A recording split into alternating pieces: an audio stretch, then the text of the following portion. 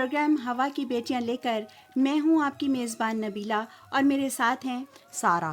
دوستو، آپ کو اس پروگرام میں ہم لوگ خوش آمدید کہتے ہیں اور امید کرتے ہیں کہ یہ پروگرام آپ کے لیے باعث برکت ہوگا۔ سامعین، ساتھ ہی ساتھ آپ کو بتاتے چلیں کہ اس پروگرام کا مقصد کیا ہے۔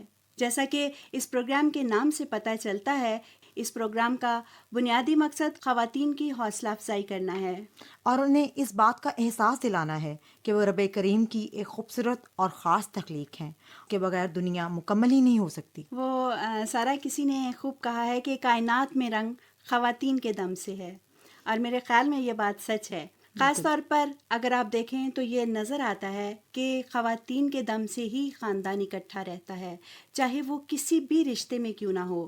ان تمام رشتوں کو ایک خاتون احسن طریقے سے نبھاتی ہے، ایک ماں کے طور پر، ایک بیوی کے طور پر اور ایک بیٹی کے طور پر۔ نبیلہ آپ بالکل ٹھیک کہہ رہی ہیں، بیٹیاں ہی گھر کی رونق ہوتی ہیں، ان کے دم سے ہی گھر میں رنگ نظر آتے ہیں، ہر طرف کچھ نہ کچھ رونق سا نظر آتا ہے۔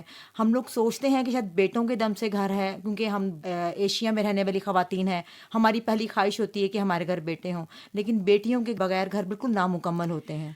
وہ بات تو ٹھیک ہے، لیکن میرا تو یہ خیال ہے کہ جو لڑکیاں ہوتی ہیں وہ گھر کی بے شک رونق ہوتی ہیں، لیکن لڑکے کچھ زیادہ نہیں سنبھالتے گھر کو۔ نہیں نہیں، ایسا نہیں ہے۔ یوں تو ٹھیک ہے جی، لڑکے کے دم سے گھرانہ ہے، سربراہ ہے، لیکن آج کل لڑکیاں ہی آگے بڑھ رہی ہیں، چاہے وہ بینکنگ ہے، ہاسپٹلز ہیں، ڈاکٹرز ہیں، لڑکیاں ہر جگہ۔ ہاں، اس میں کوئی شک نہیں۔ سامعین، آپ نے سنا کہ خواتین رب کریم کی ایک خاص خوبصورت تخلیق ہیں، اور ان کے بغیر معاشرہ مکمل نہیں ہوتا، اور رب کریم ان سے بہت پیار کرتے ہیں۔ اس میں کوئی شک نہیں ہے، اگر آپ کے گھر میں خواتین نہیں ہیں تو آپ کے گھر میں برکت نہیں ہے، کیونکہ خواتین ہی تنکا تنکا کر کے گھر کو جوڑتی ہے، اور بہت کم لوگ ہیں جو اس چیز کو نہیں سمجھتے۔ لیکن اب ایک صدی لگی ہے عورت کو گھر سے باہر نکلنے میں، لیکن عورت اب باہر آ چکی ہے۔ خداوند کا شکر ہے کہ اب عورتیں کافی حد تک باہر آ چکی ہیں۔ آپ کو میرا نہیں خیال کوئی ایسی جگہ ہو جہاں عورت نظر نہیں آئے گی۔ بالکل، اب تو فوج میں بھی جو خواتین ہیں وہ اپنا کردار ادا کر رہی ہیں، چاند پہ جا پہنچی ہیں بھائی، اور تو اور ہاں، لیکن پھر بھی میں جہاں تک دیکھتی ہوں، اب تھوڑا سا آپ سے اختلاف، یہ میں اختلاف نہیں کر رہی ہوں، لیکن تھوڑا سا آپ سے میں پوچھنا چاہوں گی کہ آپ کیا سمجھتی ہیں کہ جسمانی اعتبار سے خواتین اور مرد برابر ہیں؟ یہ بائبل میں بھی ہے کہ اپنی بیوی کو صنف نازک جان کر، ٹھیک ہے، اس کے ساتھ نرم مزاجی سے پیش آ۔ وہ فرق ہے، اور خدا نے عورت کو مرد کی پسلی سے لے کے بنایا، لیکن یہ چیزیں ہونے کے باوجود عورت اب مرد کے شانہ بشانہ کھڑی ہے۔ پہلے کہتے تھے کہ جی عورت کا ہاتھ پیچھے ہے، عورت اس کی بیک پہ ہے تبھی وہ کامیاب ہے۔ اب وہ پیچھے نہیں کھڑی، اب وہ برابر کھڑی ہے، تبھی مرد کامیاب ہے۔ طاقتور تو خدا نے عورت کو بنایا ہے، کیونکہ جتنا حوصلہ میرا خیال میں خدا نے عورت کو بخشا ہے وہ مرد میں نہیں ہے۔ بالکل نہیں ہے۔ ماں ہونے کی حیثیت سے جب عورت تخلیق کے عمل سے گزرتی ہے تو وہ جتنی تکلیف برداشت کرتی ہے میرا خیال میں کوئی مرد نہیں کر سکتا۔ لیکن کہا یہ جاتا ہے کہ مردانہ وار ہر مشکل کا مقابلہ کیا جائے، تو یہ ہے تھوڑا سا، لیکن ہم لوگ رہتے اس معاشرے میں ہیں، ہمیں یہ چیزیں بچپن سے سکھائی جاتی ہیں، لیکن اب ایسا نہیں رہا۔ اب عورتیں جو ہیں پورے طور پہ باہر نکل آئی ہیں، وہ اپنا حق لینا جانتی ہیں، وہ اپنے حق کے لیے کھڑا ہونا جانتی ہیں، اور ان کو پتہ ہے کہ انہوں نے زندگی میں کیسے آگے بڑھنا ہے۔ لیکن حق لینے کا مطلب یہاں یہ تو نہیں کہ وہ جو کچھ کر رہی ہیں وہ اپنے جو لائن ان کے لیے دی گئی ہے اس کو تجاوز کر لیا۔ نہیں، میرا نہیں خیال ایسا ہے، کیونکہ میں خود ایک ہیومن رائٹس کا کام ہے، حقوق کے بارے میں کام کرتی ہوں، میرا روز ملنا ہوتا ہے، اور 90% جو کیسز میرے پاس آتے ہیں وہ اس قسم کے ہیں کہ عورتیں ہی عورتوں کی ٹانگ کھینچ دیتی ہیں، ادروائز اس کے علاوہ ایسا نہیں ہے کہ وہ اپنی حد کو تجاوز کر گئی ہیں یا وہ لائن کراس کرتی ہیں۔ اس طرح ہے کہ جو عورت ہے وہ مختلف رشتوں میں بٹی ہوئی ہے، ساس بھی ہے، بہو بھی ہے، ماں بھی ہے، بیٹی بھی ہے، ہر رشتہ اس کے پاس۔ تو میرے پاس اکثر خواتین آتی ہیں کہ مجھے کھانے کو صحیح نہیں دیا جاتا، اور میرا مسئلہ یہ کہ میری ساس کہتی کہ تم یہ غلط کر رہی ہو، اور میرا شوہر کہتا ہے تم غلط کر رہی ہو۔ میں پھر اس کو صرف سب سے پہلے یہ سمجھاتی ہوں، کبھی تم نے یہ سوچا ہے کہ میری ساس غلط ہے، میرا شوہر غلط ہے، میرا بھائی غلط ہے؟ کبھی اپنے آپ کو ان کی جگہ رکھ کے دیکھو، وہاں آپ کو نظر آئے گا کہ یہاں پہ آپ غلط کر رہی ہیں اور آپ کو اپنے حق کے لیے کس طرح آگے بڑھنا چاہیے؟ سارا، جہاں تک بھائی اور شوہر کی بات ہے وہ تو میری سمجھ میں آتی ہے کہ مرد نہیں چاہتے کہ عورت کا رتبہ جو ہے وہ کسی صورت ان سے آگے نکل جائے. وہ تو یہ کہتے ہیں کہ ٹھیک ہے جی آپ نے غلط کر دیا. ساس والی بات میری سمجھ میں نہیں آتی کہ ساس کیوں کہتی ہے کہ تم غلط ہو، کیونکہ وہ بھی ایک عورت ہے. نبیلہ، میں یہی بات واضح کروں گی کہ یہاں پہ ہی کس طرح غلط باتیں یا کس طرح ہمارے ذہن خراب ہو جاتے ہیں. ایک ساس جی، جب آپ اس کے گھر میں، یعنی کہ آپ بہو بن کے چلی گئی ہیں، تو پہلی بات تو یہ ہم لوگ یہ تصور ہی نہیں کرتے کہ ساس بھی ماں ہو سکتی ہے. ہم یہی سوچتے ہیں کہ وہ ہمارے شوہر کی ماں ہے. ہم لوگ یہ سوچتے نہیں ہیں کہ وہ ہماری بھی ماں ہے. ٹھیک ہے، اگر وہ فرق رکھتی ہے تو وہ ہمیں زیادہ برا لگتا ہے. ہم جو پہلے دن فرق لے کے جاتے ہیں وہ ہمیں نظر نہیں آتا. ہمارے ذہن میں ایک بات وہ بیٹھ جاتی ہے کہ جی یہ ساس ہے، اس نے میرے ساتھ فرق رکھنا ہی رکھنا ہے. اور ہمیں چھوٹی چھوٹی باتوں میں بات نہیں ہوتی، بلا وجہ بات بن جاتی ہے. یہ جو مسئلہ ہے میرا خیال ازل سے ہے، اور یہ اب تک چلتا رہے گا. لیکن کچھ چیزیں ہیں جو ہمیں کچھ جگہ پہ ساس بہت اچھی ہوتی ہے بہو کا. دیکھیں، ہمیں کلام میں ایک ساس کا تصور ملتا ہے، ایک بہو کا تصور ملتا ہے، روت کے روپ میں اور نومی کے روپ میں. اگر ہم ان کو اپنا آئیڈیل بنا لیتے ہیں تو میرے خیال میں یہ بات. لیکن نبیلہ، مشکل یہی ہے کہ ہم لوگ ایسا نہیں سوچتے. ہم لوگ یہی سوچتے ہیں کہ جو ہم کر رہے ہیں وہ ٹھیک ہے اور جو دوسرا کر رہا ہے وہ غلط ہے. چاہے وہ میں ہوں، چاہے وہ آپ ہے، کوئی بھی انسان ہے، وہی سوچتا ہے جو مجھے صحیح لگ رہا ہے وہ ٹھیک ہے. آپ کی باتیں جو ہیں وہ سائرہ اپنی جگہ پہ بالکل ٹھیک ہیں، لیکن میں سمجھتی ہوں کہ تربیت جو ہے وہ ماں کے ہاتھ میں ہے. بالکل ٹھیک. اور تربیت میں ہی فرق رکھ دیا جاتا ہے کہ لڑکے کو یہ بتایا جاتا ہے کہ آنے والی جو ہے وہ غلط ہوگی. کچھ جگہوں پہ ایسے ہوتا ہے لیکن زیادہ تر ایسے نہیں. آج کل تو جتنے بھی رشتے ہو رہے ہیں لوگ زیادہ تر اپنی پسند کی شادیاں کر رہے ہیں، پسند سے. اور وہ پسند کی شادیاں کر کے بھی 2 سال سے زیادہ نہیں چلتی. سارا، آپ کی ساری باتیں جو ہیں ان کو میں تسلیم کرتی ہوں، کسی بات کو بھی رد نہیں کرتی. آپ نے کہا کہ خواتین ہی خواتین کی ٹانگ کھینچتی ہیں اور جو ساس ہوتی ہے وہ بہو کے خلاف ہے اور بہو جو ہے وہ ساس کے خلاف ہے. اس میں کوئی شک نہیں، یہ ہمارے معاشرے کا ایک حصہ ہے، یہ باتیں چلتی رہتی ہیں. لیکن اس کے باوجود میں یہ کہوں گی کہ شاید اس کی وجہ یہ ہوگی کہ خواتین کا جو اندر کا غبار ہے وہ اپنے غبار کو اس طریقے سے نکال لیتی ہیں. وہ چونکہ مردوں پہ نہیں نکال سکتی اس لیے آپس پہ ہی نکال لیتی ہیں. تو میں پھر بھی یہ کہوں گی کہ ہمارے معاشرے میں خواتین کو وہ مقام، وہ وقت نہیں دی جاتی جو دینی چاہیے، اور اس بات کا ہمیں بہت افسوس ہوتا ہے. آپ نے دیکھا ہے آئے دن اخبارات میں ہم پڑھتے ہیں کہ عورت کے منہ پر تیزاب پھینک دیا گیا، اسے جلا دیا گیا، مارا پیٹا جاتا ہے، پڑھنے نہیں دیا جاتا، بیٹوں کے مقابلے میں کمتر سمجھا جاتا ہے. تو یہ سراسر زیادتی ہے نا. یہ واقعی زیادتی ہے، اور یہ کیسی زیادتی ہے جس سے پوری زندگی عورت کی ختم ہو جاتی ہے، اور یہ نہیں ہونی چاہیے. اور اب لاء کے مطابق جی، میں خداوند کا بڑا شکر کرتی ہوں کہ عورت کو جائیداد میں پورا حصہ دیا جا رہا ہے، برابر کا حق ہے عورت کا. اور یہ بہت بڑی تبدیلی ہے. اور امید کرتے ہیں خدا سے، اور یہ سارا کچھ ہے، ہم اچھا ہی سوچنا چاہیے، برا نہیں. عورت جو ہے آج اگر 80% گھر سے باہر ہے تو یہ تبدیلی ہے. اور نپولین نے کہا تھا کہ اگر تم چاہتے ہو کہ میں تمہیں پڑھا لکھا معاشرہ دوں تو تم مجھے پڑھی لکھی مائیں دو. بالکل بالکل بالکل. تو یہ بہت بڑا چینج ہے نبیلہ، بہت بڑی تبدیلی ہے. آپ سمجھتی ہیں کہ یہ تبدیلی جو ہے وہ تعلیم کی وجہ سے آئی ہے عورت میں؟ بالکل تعلیم کی وجہ سے. یہ اچھی بات ہے سارا کہ اندھیرے آہستہ آہستہ کم ہو رہے ہیں، اور جہاں لڑکیوں کو آگے بڑھنے کا موقع ملتا ہے وہ ثابت کرتی ہیں کہ وہ مردوں کے برابر ہیں. اور کوئی بھی شعبہ لے لیں، جیسے آپ نے ابھی اتنے سارے شعبوں کا ذکر کیا ہے، تو ہر شعبے میں عورت نے اپنے آپ کو ثابت کیا ہے کہ وہ اس کی اہل ہے. بالکل پڑھی لکھی ماں، کیونکہ بچے کی پہلی درسگاہ جو ہے وہ ماں کی گود ہے. بالکل. تو ماں کی گود سے ہی جب وہ اچھی باتیں سیکھے گا تو میرا نہیں خیال کہ کوئی بچہ لڑکا فرق رکھے گا.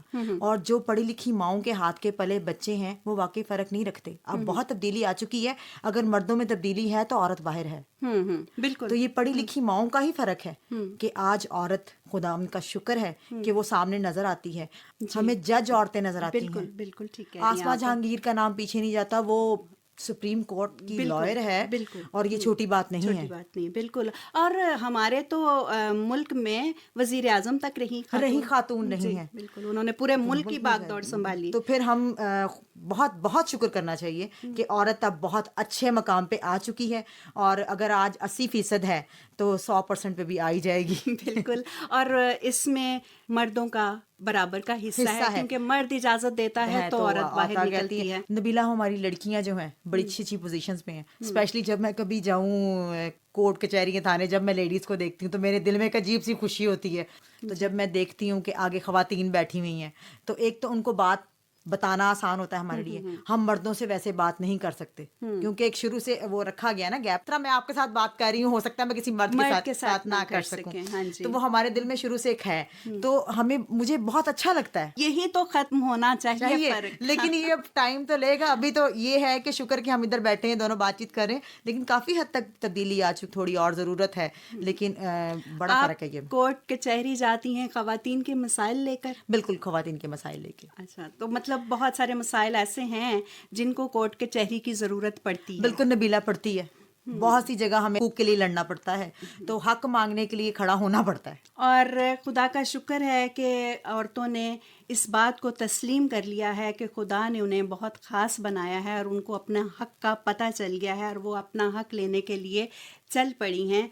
اور باقی خواتین سے بھی میں یہی بات کروں گی کہ جب آپ تھک جائیں، جب آپ اپنے آپ کو ہارا ہوا محسوس کریں، جب امید کی کوئی کرن آپ کو نظر نہ آئے، تو اس سلسلے میں آپ نے گھبرانا نہیں. خداوند آپ کے ساتھ ہے. خداوند کہتے ہیں کہ اے تھکے ماندو اور بوجھ سے دبے لوگو، میرے پاس آؤ، میں تمہیں آرام دوں گا. سامعین، خواتین رب ذوالجلال کی خوبصورت مخلوق ہیں. کہتے ہیں کہ کائنات کی خوبصورتی عورت کے دم سے ہے. عورت کو اپنی اس خوبصورتی کا احساس ہے، اس لیے جہاں تک ہو سکتا ہے وہ اپنی خوبصورتی کی حفاظت کرتی ہے، اور یہ اس کا حق ہے. ہاتھوں کی، پاؤں کی، جلد کی اور خوبصورتی کے حوالے سے جو کچھ خواتین سے ہو سکتا ہے وہ اپنے ساتھ کرتی ہیں. اس حوالے سے ہم گاہے بگاہے آپ سے بات کرتے رہیں گے، لیکن اس وقت ہم بات کریں گے آنکھوں کی خوبصورتی کی، آنکھوں کی حفاظت کی، اور ان مسائل کی جو ہمارے ساتھ آنکھوں کے سلسلے میں پیش آتے ہیں. اور اس سلسلے میں بات کرنے کے لیے ہمارے ساتھ ہیں اس وقت ڈاکٹر زاہد، جو ماہر امراض چشم ہیں. ڈاکٹر صاحب اپنے بارے میں کچھ خود بتائیں گے؟ جی ڈاکٹر صاحب. جی شکریہ، آج آپ نے مجھے اس پروگرام میں آنے کی دعوت دی. میرا نام ڈاکٹر زاہد ڈوگر ہے اور میں چلڈرن اسپتال لاہور کے شعبہ امراض چشم میں کام کرتا ہوں. ڈاکٹر صاحب، آپ کے یہاں تشریف لانے کا بہت شکریہ. آپ کا وقت بہت قیمتی ہوتا ہے، کیونکہ میں نے جب بھی کبھی آپ سے بات کی مجھے یہی پتہ چلا کہ آپ آپریشن تھیٹر میں ہیں، آپ مصروف ہیں، آپ کے پاس بہت مریض ہیں، تو آپ کا وقت چونکہ بہت قیمتی ہے، اس لیے میں بار بار آپ کا شکریہ ادا کر رہی ہوں کہ آپ نے اپنے قیمتی وقت میں سے ہمارے لیے وقت نکالا. یہ بھی ایک خدمت ہے جو کرنے کے لیے آپ آئے ہیں. آپ ہمیں بتائیں گے کہ آنکھوں کی حفاظت کے سلسلے میں، کیونکہ ہمارے پاس چھوٹے چھوٹے بچے بھی ہوتے ہیں، موسم جب تبدیل ہوتا ہے تو آنکھوں میں کافی سارے مسائل ہوتے ہیں جس کے بارے میں کچھ پتہ نہیں چلتا کہ آنکھوں کو کیا ہوا.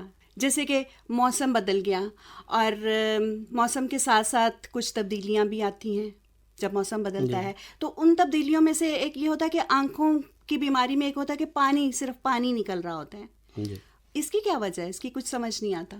پاکستان کا موسم جو اپریل سے لے کے ستمبر تک تقریباً گرم اور خشک ہوتا ہے، اور آخری مہینے اگست ستمبر میں تقریباً موسم میں نمی زیادہ ہوتی ہے ہوا میں، اور گرم بھی ہوتا ہے. جی. تو ان دنوں میں اس موسم میں بچوں میں اور بڑوں میں الرجی کی شکایت بڑھ جاتی ہے. بچوں میں الرجی کی ایک قسم اور بڑوں میں عام طور پہ دوسری قسم ہوتی ہے. اچھا. تو اس کو پہلے آپ کس کی بتا رہے ہیں، بچوں کی یا بڑوں کی؟ پہلے میں بچوں کی بات کروں گا. بچوں میں یہ الرجی یا یہ قسم جو ہے بیماری کی، اس میں عام علامتیں جو سرخی، پانی نکلنا اور آنکھوں کا سوج جانا، پلکوں یا پپوٹوں کا سوج جانا، اور آنکھوں کا رنگ سفید کی بجائے براؤنش یا اس میں گندا سا کلر معلوم ہوتا ہے. پیرنٹس عام طور پہ آ کے والدین شکایت کرتے ہیں بچوں کی آنکھیں گدلی لگ رہی ہیں. اچھا جی. بچے ہر وقت آنکھوں کو رگڑتے رہتے ہیں، اس میں اریٹیشن کی وجہ سے آنکھوں کو رگڑتے رہتے ہیں. ان علامات کے ساتھ آتے ہیں. ضرورت اس بات کی ہے کہ اس موقع پر بچے کو امراض چشم کے کسی ماہر سے رجوع کیا جائے اور اس کی پراپر مناسب تشخیص کے لیے وہاں پہ ان کو رپورٹ کیا جائے. جی. تو اس میں یہ قسم جس کو ایپیڈیمک. ڈاکٹر کے پاس جانا تو بعد کی بات آتی ہے، لیکن اکثر یہ ہوتا ہے کہ مائیں جو ہوتی ہیں وہ خود ہی دیکھ لیتی ہیں کہ جی بچے کو تھوڑا سا جس کو کہتے ہیں کہ جو کہ نہیں ہونی چاہیے سیلف میڈیکیشن، تو کر لیتے ہیں. تو مجھے یہ بتائیں کہ ڈاکٹر کے پاس جانے سے پہلے کیا احتیاط ضروری ہے اس بیماری میں؟ دیکھیں جی، آنکھوں سمیت کسی بھی اور بیماری میں سب سے زیادہ جو ہم روکتے ہیں، ڈاکٹر حضرات جو ہیں آپ کو بتاتے ہیں اس بارے میں کہ سیلف میڈیکیشن جس کو کہتے ہیں، کہ گھر میں موجود کوئی بھی دوائی پہلے اپلائی کر لیتے ہیں لوگ اس کو کہ یہ ڈال لیا جائے، چونکہ فلاں یہ آئی ڈراپس جو ہیں گھر میں کسی اور کے لیے آئے تھے، اس کو یہی تکلیف تھی تو وہ ڈال لیے. ایون کسی بزرگ نے آپریشن کرایا تھا تو ہم اچھا جی گھر میں ڈراپس ہم نے فلاں ڈراپس ڈال لیے ہیں. ان میں سے ان کا بعض یا تو بے اثر ہوں گی یا الٹ اثر بھی ہو سکتا ہے، اور کچھ محدود کیسز میں ان کا فائدہ بھی ہو سکتا ہے اگر اتفاقاً وہ دوائی ان کے لیے سوٹیبل یا فائدہ مند تھی. لیکن اس کے لیے کچھ کہا نہیں جا سکتا اور اس کو سختی سے اس بات سے باز رہنا چاہیے. جی بالکل، اس سے منع کیا جاتا ہے اس بات سے کہ گھر میں موجود کوئی سی دوائی وہ ایکسپائر ہو سکتی ہے، زائد المیعاد ہو سکتی ہے، تو استعمال نہ کی جائے اور اس کے لیے ڈاکٹر سے رجوع، خاص طور پہ ماہر امراض چشم سے رجوع کیا جائے. ڈاکٹر صاحب، آپ کی اگلی بات سے پہلے صرف ایک بات آپ سے پوچھنا چاہوں گی کہ کہتے ہیں کہ جب آئی ڈراپس کھل جاتے ہیں تو اس کو 1 مہینے کے بعد استعمال نہیں کرنا چاہیے. یوزلی دیکھیں جی، عام طور پہ اس بارے میں سب سے بہتر ہدایت اس کے ڈبی یا اس کے اندر جو لیفلیٹ پیپر موجود ہوتا ہے اس کے اندر موجود ہوتی ہے کہ اس دوائی کو کھلنے کے کتنے عرصہ بعد استعمال کرنا چاہیے، اس کو کتنے ٹیمپریچر پہ رکھنا چاہیے، اور اس کو ایک یا زائد افراد استعمال کر سکتے ہیں یا نہیں کر سکتے ہیں. ڈاکٹر کی ہدایت کے علاوہ یہ انسٹرکشن یا ہدایات ڈبی کے اوپر لکھی بھی ہوتی ہیں، لیکن آپ نے چونکہ یہ سوال کیا ہے تو ایک کامن اس میں عام اصول یہ ہے کہ 30 دن تک اس کو دوائی کو کھلنے کے بعد استعمال کر سکتے ہیں. ہاں جی، اور اس کے بعد اس کو تھوڑا پرہیز ہی کرنا چاہیے. جی، اور 25 ڈگری سینٹی گریڈ سے زیادہ ٹیمپریچر میں نہیں رکھنا چاہیے. ہمارے ملک میں گرمیوں میں باہر کا ٹیمپریچر جو ہے درجہ حرارت 40 ڈگری تک پہنچ جاتا ہے، اور کمرے کے اندر بھی ان حالات میں گرمیوں میں عموماً یہ 37، 38، 37، 38 ڈگری تک رہتا ہے. اس لیے 25 ڈگری ہمیں عام طور پہ گرمیوں میں دستیاب نہیں ہوتا، اس لیے اس دوائی کو فریج میں رکھنا چاہیے. لیکن اس کو ایک ہمیشہ کے لیے اصول، اگر کسی گھر میں فریج نہیں ہے تو پھر ہم دوائی کو اس درجے تک کیسے رکھ سکتے ہیں؟ اس کو جو عام ٹھنڈا پانی ہے یا گھریلو پانی ہے اس میں بھی رکھیں تو کسی حد تک یہ مقصد حاصل کیا جا سکتا ہے. جی. اور دوسری بات یہ ہے کہ اس کو فریج والا ایک مستقل اصول نہیں بنانا چاہیے. جب موسم ٹھنڈا ہو تو اس کا عام طور پہ شیلف میں یا الماری میں بھی رکھ سکتے ہیں. جب آپ اگر پڑھے لکھے لوگ جو ہے تھوڑے پڑھے لکھے بھی اندازہ کر سکتے ہیں یا ٹی وی پہ روز بتاتے ہیں آج درجہ حرارت کتنا رہا ہے، تو کمرے کا درجہ حرارت عام طور پہ اسے 4-5 ڈگری کم ہوتا ہے، تو آپ اندازہ لگا سکتے ہیں کہ اگر یہ 25 ڈگری تک ہے تو آپ سیفلی محفوظ طور پہ کسی دوائی کو بھی فریج کے باہر بھی رکھ سکتے ہیں. اور چند مہینے گرمیوں کے علاوہ ہمیں یہ دستیاب رہتا ہے. یہ معقول درجہ حرارت جو دوائی کے لیے چاہیے وہ عام طور پہ دستیاب رہتا ہے، بغیر فریج کے دستیاب رہتا ہے. جی ڈاکٹر صاحب، تو اب آپ احتیاط بتائیے کہ اس بیماری میں کیا احتیاط ہونی چاہیے؟ خاص طور پہ ہم اس ریفرنس سے اس حوالے سے بات کر رہے ہیں. یہ بچوں کی الرجی ہے، جو آنکھوں میں الرجی بچوں کو ہوتی ہے، اس کو میڈیکلی ایپیڈیمک کیراٹو کنجکٹیوائٹس کہتے ہیں، موسمی الرجی. اس کو جو پاکستان میں عام طور پہ اپریل، مئی، جون سے شروع ہو کر ستمبر تک رہتی ہے. جی. اس میں جب اس کی مناسب تشخیص کر لی جائے تو اس میں کچھ احتیاط کرنی پڑتی، کچھ دوائیاں ہیں. جی. پہلے ہم احتیاط کی بات کرتے ہیں. احتیاط میں یہ ہے کہ بچے کو جو باہر ڈسٹ مٹی والی جگہ ہے وہاں اس سے پرہیز کرے، مٹی میں باہر کھیلنے سے پرہیز کرے اور تیز دھوپ میں جانے سے پرہیز کرے. جی. تو چونکہ اس نے اسکول بھی جانا ہے اس وقت وہ سن گلاسز یا ہلکے رنگ کے یا گہرے رنگ کے ایسے اینک لگائے، چونکہ روشنی اس کو تنگ کرتی ہے. جی. اور دن میں 3 سے 4 دفعہ آنکھیں پانی سے دھویا جائے. زور سے چھینٹے نہیں مارنے چاہیے، نارمل جس طرح منہ ہاتھ دھوتے ہیں وہ اس کے لیے مناسب ثابت ہوگا. ڈاکٹر صاحب، اینک لگانے کی بات ہوئی تو میرا خیال میں جس بچے کی آنکھیں خراب ہو جاتی ہیں اس کو ویسے بھی عام حالات میں بھی اینک لگا کے رکھنا چاہیے، کیونکہ کہتے ہیں کہ جو آنکھوں کی بیماریاں ہوتی ہیں وہ دوسروں کو بھی لگ جاتی ہیں. ہم اس وقت جس بیماری کی پہلے بات کر رہے ہیں پہلے مرحلے پہ، اس میں یہ بیماری ایک سے دوسرے کو منتقل نہیں ہوتی، ڈائریکٹ کانٹیکٹ سے یا ایک دوسرے شخص کو نہیں لگتی. یہ اس کو جینیٹیکلی اس کی موجود ہوتی ہے. جو وقت کے ساتھ زیادہ ابھر کر سامنے آ جاتی ہے، چند سال کی عمر، 3 4 5 سال کی عمر پہ آ کے. یہ بیماری جس کی ہم بات کر رہے ہیں یہ ایک سے لگنے والی دوسرے منتقل نہیں ہوتی. جی ٹھیک ہے. یہ صرف اس لیے اس بیماری میں صرف دھوپ میں جاتے وقت اینک لگانی چاہیے، باقی حالات میں اینک کی ضرورت نہیں ہوتی. سن گلاسز جو دھوپ والی اینک لگانی پڑے گی. یہ اس کی احتیاط ہے. کچھ چیزیں اس میں اگر میڈیسن آ جاتی ہیں ڈراپس کی شکل میں. ڈراپس کی شکل میں 2 طرح کے آئی ڈراپس اس میں استعمال ہوتے ہیں. جو ایک اسٹیرائڈ والے کہلاتے ہیں، وہ ڈاکٹر آپ کو بتائے گا اور آپ پوچھ بھی سکتے ہیں. جو اسٹیرائڈ ڈراپس ہیں وہ لمبے عرصے کے لیے استعمال نہیں کرنے چاہیے. اس کا بظاہر فائدہ زیادہ معلوم ہوتا ہے، آنکھ سفید ہو جاتی ہے اور ان کا معلوم ہوتا ہے کہ یہ بیماری اب ختم ہو چکی ہے، لیکن لمبا عرصہ استعمال کرنے سے اس کی پیچیدگیاں شروع ہو جاتی ہیں. وہ ڈاکٹر آپ کو بتائیں گے کہ یہ آپ نے دوائی جو بھی ہے اسٹیرائڈ وہ لمبا عرصہ استعمال نہیں کرنی، اتنے دن کرنی ہے یا اتنے ہفتے کرنی ہے، 1 یا 2 ہفتے. دوسری اس میں جو محفوظ دوائیاں ہیں وہ آپ کو بتائی جائیں گی، وہ لمبا عرصہ، اس سے مراد کئی مہینے گرمیوں کو استعمال کرنی پڑتی ہیں بچوں کو. اچھا جی. اس سے بظاہر اتنا فائدہ اس صورت میں نہیں ہوتا کہ مکمل طور پہ بیماری جیسے نہیں جاتی، کچھ نہ کچھ حصہ معلوم اس میں رہتا ہے، لیکن آنکھیں آرام دہ ہو جاتی ہیں، تکلیف کی شدت میں کمی ہو جاتی ہے. اچھا ڈاکٹر صاحب، کچھ ڈراپس ایسے بھی ہوتے ہیں جو صرف آنکھوں کی حفاظت کے لیے استعمال کیے جا سکتے ہیں؟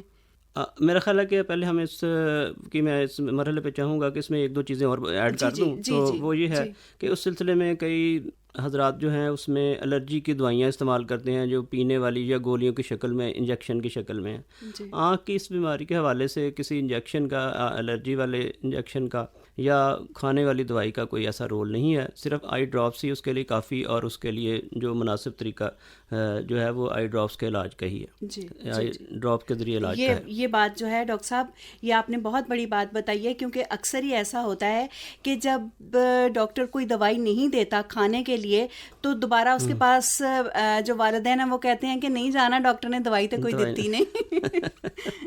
تو یہاں تک جو ہم نے بات کی ہے، یہ الرجی کی وہ قسم ہے جو عام طور پہ بچوں میں ہوتی ہے، اور بچوں میں یہ تقریباً 3 4 یا 5 سال کی عمر پہ شروع ہوتی ہے، اور 12 13 14 سال ان سالوں میں وہ کم ہونا شروع ہو جاتی ہے. بعض بچوں میں ختم ہو جاتی ہے، اور بدقسمتی سے بعض لوگوں میں ساری عمر بھی جاری رہتی ہے. ان کی تعداد کم ہے. اچھا. ڈاکٹر صاحب، آپ نے کہا کہ یہ بچوں کی بیماری ہے اور یہ 12 14 سال کے بعد ختم ہو جاتی ہے، ہو جانی چاہیے. اگر یہ تو کم ہی چانس ہے کہ اگر نہ ہو تو ابھی آپ نے کہا کہ یہ بیماری بڑوں میں بھی ہوتی ہے. کچھ لوگوں میں یہ ساری عمر جاری رہتی ہے. بدقسمتی سے میں کہوں گا بس زیادہ تر بچوں میں وہ اس عمر میں جو میں نے آپ کو بتایا 12 13 14 سال یا اس سالوں میں یہ ختم ہو جاتی ہے، آہستہ آہستہ ختم ہو جاتی ہے.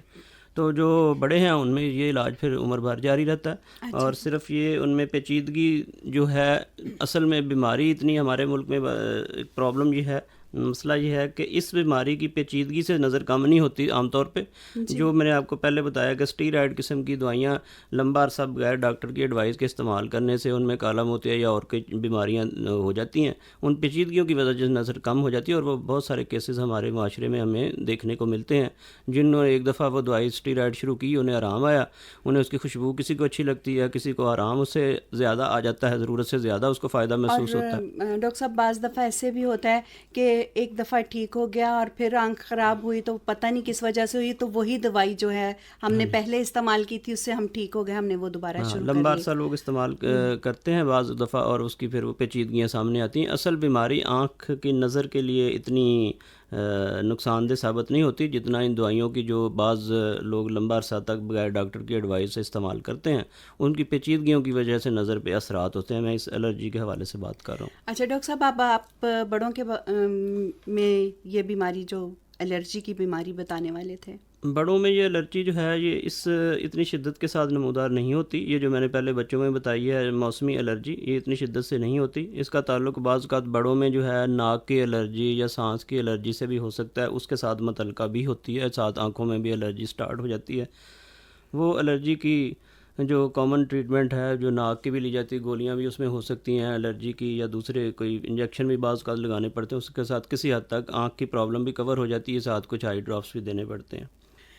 بڑوں میں یہ الرجی میں نے بتایا کہ آنکھ کی الرجی جو ہے وہ سانس کی الرجی کے ساتھ، ناک کی الرجی کے ساتھ ریلیٹڈ ہو سکتی ہے. یہ ساری الرجیز اکٹھی ایک انسان کو ہوتی ہے اور اس میں کچھ چیزیں جو ہے نا اس کو سوٹ نہیں کرتی. جیسے اسلام آباد میں یہ پولن کا موسم کہلاتا ہے، پولن کی وجہ سے ہوتی ہے. اچھا جی. چلے جو بچوں کی میں نے بتائی وہ گرم موسم میں ویسے ہوا کے ساتھ ایسی چیزیں آ جاتی ہیں لیکن ان کو شناخت نہیں کیا جا سکتا کہ کس کی وجہ سے ہے. جیسے اسلام آباد اس کے جو نواح میں بہت سارا شہتوت اور اس ٹائپ کے درخت ہیں جن میں سے اس موسم میں ستمبر کے موسم میں اور اپریل میں موسم کے بہار میں وہ وہاں سے اڑتے ہیں، پولن کہتے ہیں ان کے ذرات اڑتے ہیں.